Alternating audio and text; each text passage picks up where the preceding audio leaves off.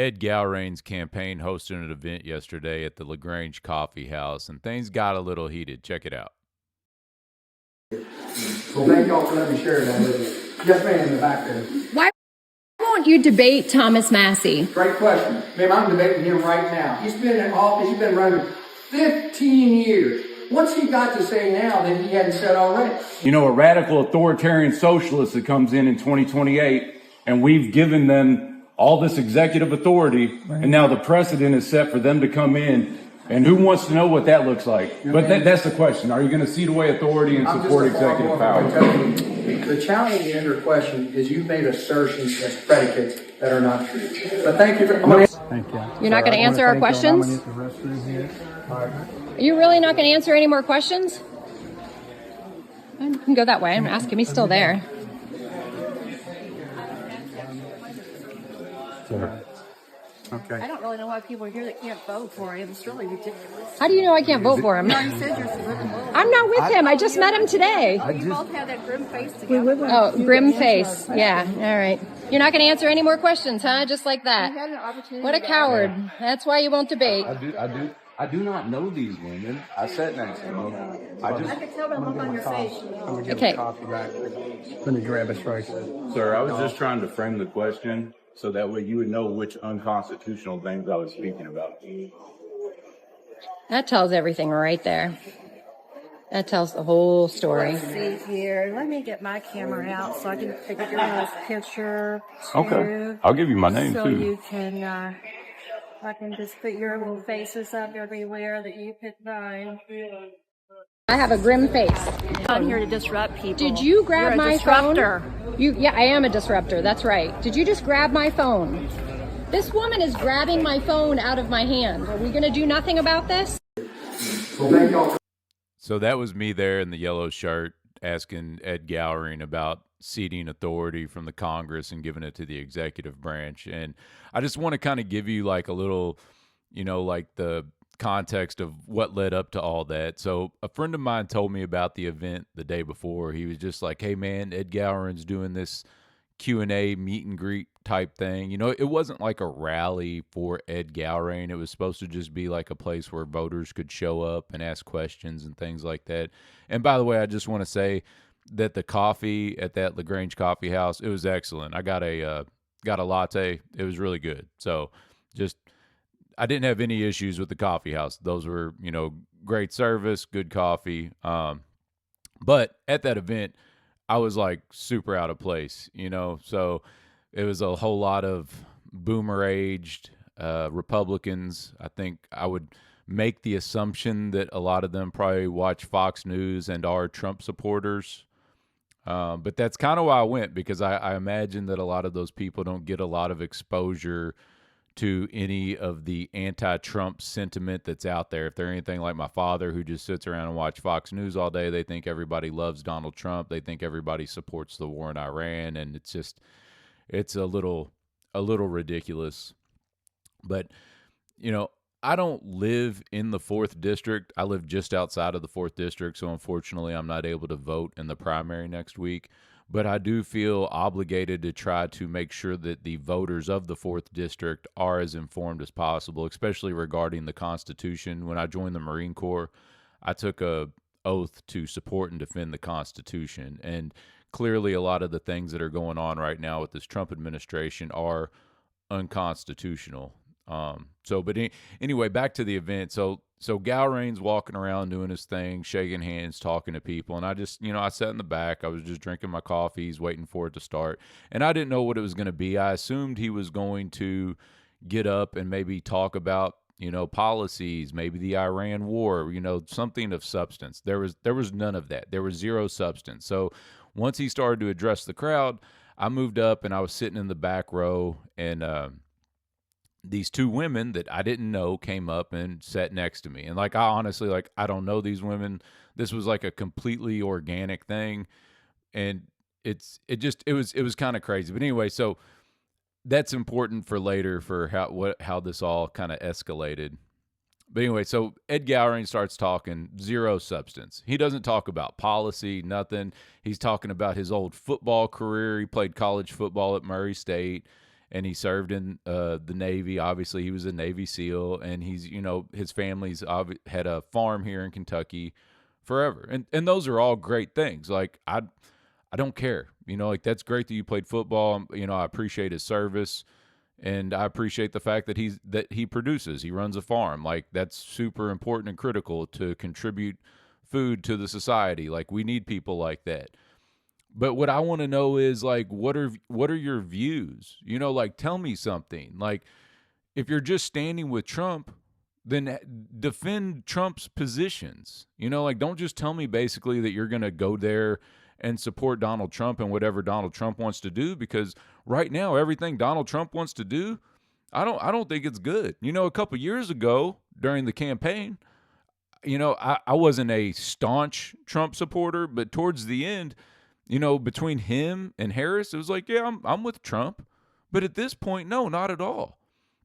And so after Ed Gallrein finishes his little talk, he starts doing a little Q&A, and the woman in the video from Ed Gallrein's campaign, or I don't know if she's with his campaign, but she's obviously with Ed Gallrein. Well, she was the first question, and she was sitting behind him, and he's like, questions? He turns around, looks at her, and she's, she asked, like, what was the difference between him and Thomas Massie? And basically he, took some jabs at Thomas Massie. He said, he's not a real farmer. And, he used to say he supported term limits, but now he's not there, or he's been there for, however many terms. And, here's the thing, because I don't support term limits. And I get in this argument with people all the time. People are like, no, we need term limits to keep these politicians out. Well, Thomas Massie is the exact reason why I don't support term limits. Because when you do actually have a representative that adheres to the Constitution and does good things, I don't have a problem with that person staying there. Like, if anything, having term limits could pretty much help, like the deep state, because they could just, it would be easier to control those people, and it's harder to make change because all they got to do is be like, okay, well, we'll just get this guy out in a couple years, and then we can go on with our agenda. So I don't support term limits. The same thing with Ron Paul. Like, when Ron Paul was in, people were critical of Ron Paul for being in the Congress for so long. It's like, well, that's great, because if we had, a whole bunch of Ron Pauls in Congress, maybe we could start, trying to save our country. But so then the woman that was sitting next to me, she asked the question that at the beginning of the video, she says, why won't you debate Thomas Massie? And they had their little interaction.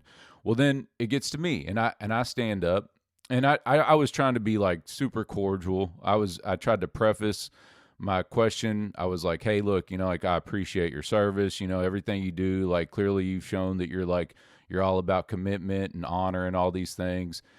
And then he starts trying to talk over me, because I think he sees where it's going, and he runs back and gets this Norman Rockwell painting. That's what you see. He's sitting there holding that Norman Rockwell free speech painting, and he's like, this is you, young man, like, this is you standing up for your freedom of speech. And it was like, yeah, okay. And I was trying to frame the question, because I can't just say, like, sir, like, do you support the unconstitutional things Donald Trump has done? So I was about to start trying to lay out like some examples of things that I considered that Trump did that were unconstitutional. Obviously the tariffs were unconstitutional. Those can only be enacted by Congress, the powers granted to them under Article 1, Section 8. Same with the war. You can't drop bombs on Iran last summer and then the same thing now again, and kidnap Maduro. Like, those are acts of war. I don't care what you want to call it, police actions or little operations. Those are acts of war. There was no imminent attack. We were not under attack. That wasn't an example that you could say, like, oh, the president had to take over, to, stop the invaders. Like, that's not what's going on at all. This was, preemptive war. And it's kind of crazy. There's actually a really good quote about preemptive war I just came across from, Chancellor from Germany. I don't know his name's slipping me right now, but it's basically, like, preemptive war is like committing suicide out of fear of death. And I just, that was a really good quote. But anyway, so I was trying to lay out what I thought was unconstitutional. Because if I just say that, then he'll be like, well, what's unconstitutional? Then it's like turns into like a back and forth. So I was trying to frame the question, show him examples of what I thought was unconstitutional, and be like, like, do you support those things if Donald Trump does it? Well, he starts again. He's not even letting me get my points out, and he's like, ask a question, ask a question. Like he wasn't letting me frame the question.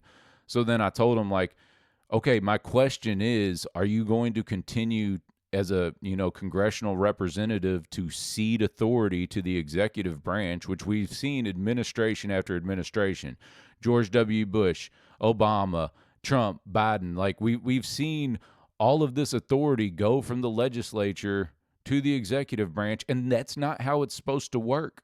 Like people want to know why our system is failing and why our country's falling apart. It's because we're playing a game but not following the rules.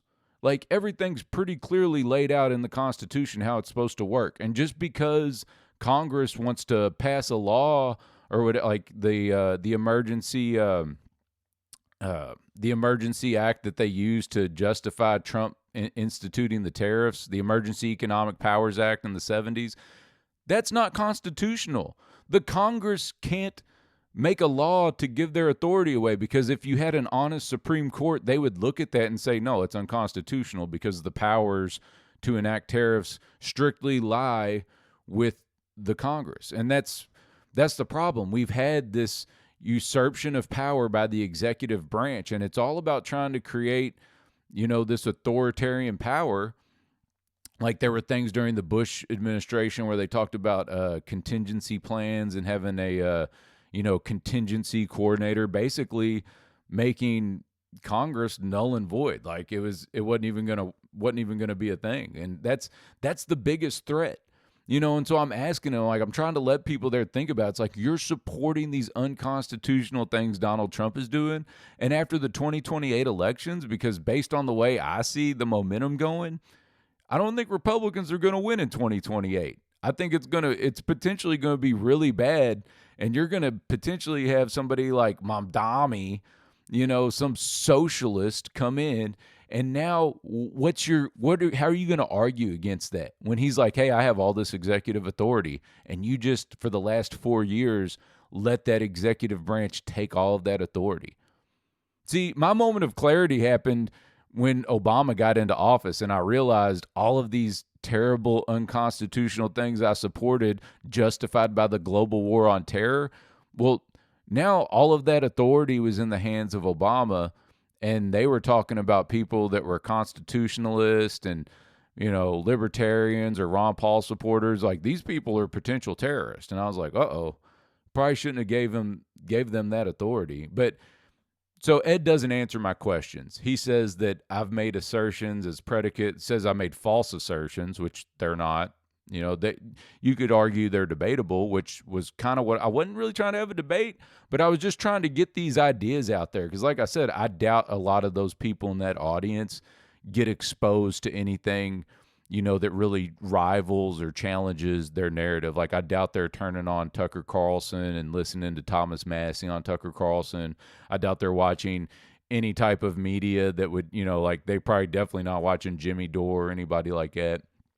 And so anyway, the event ends, and the two women that sat next to me, they're like, hey, like that was really great. We think you did a good job. And like I introduced myself to them. I'm like, oh, well, thanks, and the one lady's like, yeah, we're Massie supporters. And I was like, oh, that's cool. Well, then the lady that's in that video that tries to snatch that other lady's phone, she comes up to me, and she's like, you need to go back to Louisville. And she just gets real snippy with me. And then she goes, did you all get what you need? Did you all get what you need?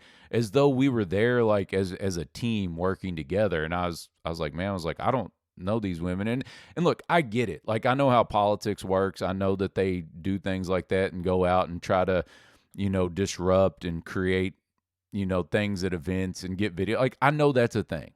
But I promise, like this was like it couldn't have been more organic than it was. Like I'd never met these women, and they were very nice, like we exchanged information, and I told them, if they knew of anything that I could do to help out with the Massie campaign, I'd be more than willing to help. And I showed them my videos, and I was like, yeah, look, I make this YouTube channel, whatever. And it's like, and Yeah, I mean, that's really where I'm at. And I'd already planned on, I was going to wait. And I did. Like, so, like, when I go back up there to try to talk to Ed Gallrein, like, I waited probably about 15 to 20 minutes. I waited for a bunch of the people to clear out. And I was like, look, like, I'm going to go up there. I'm going to try to talk to this guy and, just ask him some questions. Like, there wasn't a big crowd. Because I get it. Like, he's probably like, who's this young guy up here trying to, mess up my little meet and greet event? And it's like, I wasn't trying to do that, dude. Like, I'm trying to talk about the ideas. Like, it's funny that you hold up that painting, freedom of speech, but then, like, you don't want me to say what I have to say or get these ideas out there at your event. You're kind of a hypocrite, dude. But so I told those ladies, I was like, yeah, I'm gonna go back up there and talk to them. And they were like, okay. They were like, well, we'll record it. I was like, I don't care what you do. I was like, if you record it, you record it. But I want to go up there and finish the question that I was asking this guy and see where his stance were. And, regardless of if he would say that he agrees with me or not, I would like him to, hear my point of view and, hopefully influence, decisions that he might be making. If he wins, like, that's, wow, we really just lost the best representative that we have in Congress. So I really hope this guy doesn't win.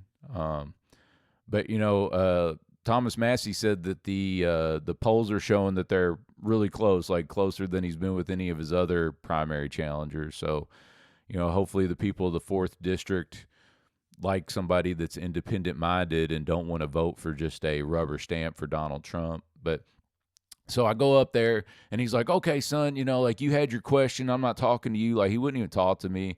And I get it. Like, people from his campaign were probably like, yo, that guy's a plant. He's here from the Massie campaign. And it's like, I could not be more unofficially involved with the Massie campaign. Like, I've never met Thomas Massie. I would love to meet him. Hey, and I would love to do like a show with you if any of the people from his campaign are listening, because Thomas Massie's the dude, man. Like, I was a huge Ron Paul supporter, and like, I did what I could back then. I was going to Tea Party events, talking at Second Amendment rallies. Like, I was doing everything I could to try to gin up support for Ron Paul. And I see Thomas Massie as being that new Ron Paul, and I'm trying to do more this time because I got a lot more at stake now. You know what I mean? Like, I got a son. Back then I was just I was dating my wife, but like, I was a single dude. Like, I've got a whole lot more on the line now because that's what this is all about. Like, the future of our country, and what am I leaving to my son? What are all of us leaving to our children? We're going to sit there and just show them that what we need to do is just be obsessed with sports and media and celebrities while these people just destroy our country and shred the Constitution. Like, nah, like I'm not having that. Like, I'm going to go out with some type of, fight. I think the best way to try to fight is, with ideas and, principles and discussion and education, not violence or anything like that. But, like, we got to start now. Like, I think it's might be too late, but you got to be optimistic, right? Like, if you have that, that cynical attitude that, like, oh, none of it matters, it's all over. It's like, well, then what's the point, man? You know what I mean? It's like you tell somebody when they go out, when you step on the field, like, if you don't think you have a chance of winning, then why are you even playing the game? So I always think we got a chance. But anyway, so the lady that's sat next to me that's recording the thing, that one lady from Gallrein's camp, she was getting real mad and nasty, and she was she said, she told the lady, you heard her in the video, she's like, well, I don't even know why you're here if you can't vote. Now, I don't know if that lady's from the 4th District or not. I know I'm not from the 4th District, but she made that assumption that we were together and that she couldn't vote. And then they were having like a cell phone in the face standoff with each other. It was, it was pretty chaotic. It was kind of funny, but anyway, that's it. Like, I don't know. Like, I was not expecting anything like that. Like I said, I was just going out there to try to, spread the ideas of freedom and constitutional limited government and all the things that the Republican Party is supposed to be about. See, that's the problem. A lot of people in the Republican Party, they think that they support free market capitalism, and they think that they support the Constitution, and they don't. They don't support it at all. They just go along with whatever their Republican Fox News overlords tell them. And it's like, please wake up. You all are no different than the Biden people that watch CNN and think that, anybody on the right is just some crazy, rich racist that wants to destroy people of color. It's what they all say. And it's like, God, y'all are both like so far off. And until like we can get most of those people to kind of shake out of whatever like hypnosis that they're in and join up with people that are really talking about freedom, then, it's going to be a hard fight. So, but anyway, that's it. It was pretty exciting. I haven't been this excited about politics in a long time.